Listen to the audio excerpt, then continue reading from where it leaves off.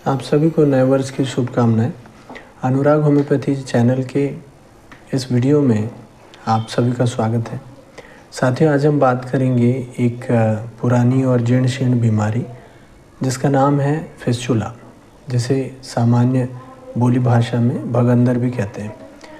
ये होता क्या है कि एनल ग्रंथि का एक इन्फेक्शन है, अर्थात ये मलद्वार के आसपास कुछ ऐसे फोड़े बनते हैं छोटे छोटे, जिनमें बार बार पस आता है और ये बड़ा कष्टकारी होता है।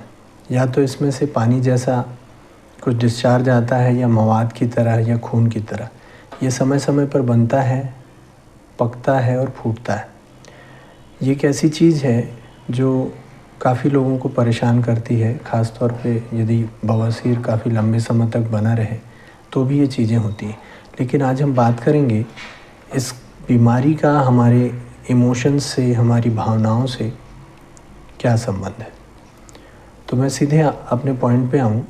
ये चीज़ मैं आपको बताना चाहता हूँ कि ये जो बीमारी है उसका संबंध हमारे इमोशन से इस तरह से है कि यदि आपके मन में किसी के प्रति बड़ी तीव्र घृणा की भावना है, बहुत तेज गंदे विचार आपके मन में चल रहे हैं किसी व्यक्ति के खिलाफ, तो इस तरह की संभावना बनती है कि उस व्यक्ति को फिस्चुला की बीमारी हो जाए।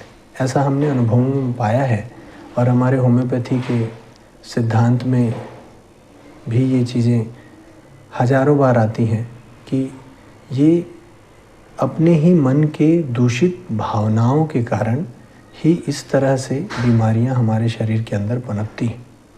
अर्थात यदि आपने किसी के ऊपर इतनी तीव्र घृणा पाल रखी है, इतना कि आप उसके प्रति विचार करने से भी कतराते हैं, तो वो गंदगी जो आपके मन में चल रही है वो धीरे धीरे वही गंदगी आपके शरीर में एकत्रित होती है और ये इस तरह का एक नासूर बन जाती है। आपने कई फिल्मों में कई डायलॉग सुने होंगे कि ये तो एक नासूर बन गया, या इसने इतना परेशान किया है कि अब ये नासूर हो गया। नासूर का अर्थ है कि ऐसा घाव जो कभी न भरे, जिससे निरंतर पस और मवाद बहता रहे। तो ये सभी हमारे मन की ही भावनाएं हैं जिसके कारण इस तरह का प्रॉब्लम हमको होता है। तो हमारे वो पेशेंट्स जो इस बीमारी से ग्रस्त हैं, काफ़ी सालों से, महीनों से इलाज ले रहे हैं एलोपैथी में, कुछ एंटीबायोटिक्स की दवाएं दी जाती हैं, कुछ दिन तक वो फोड़ा सूख जाता है और उसके बाद फिर उसमें मवाद बनता है, फिर पस आता है। तो ये बड़ा परेशान करने वाला रोग है। कई केसेस में इसको लेज़र से ऑपरेशन कराया जाता है या फिर मैनुअली ऑपरेट करते हैं, तो फिर जाके ये ठीक होता है, या कई बार संभावना होती है कि ये फिर से दोबारा रिपीट हो जाए।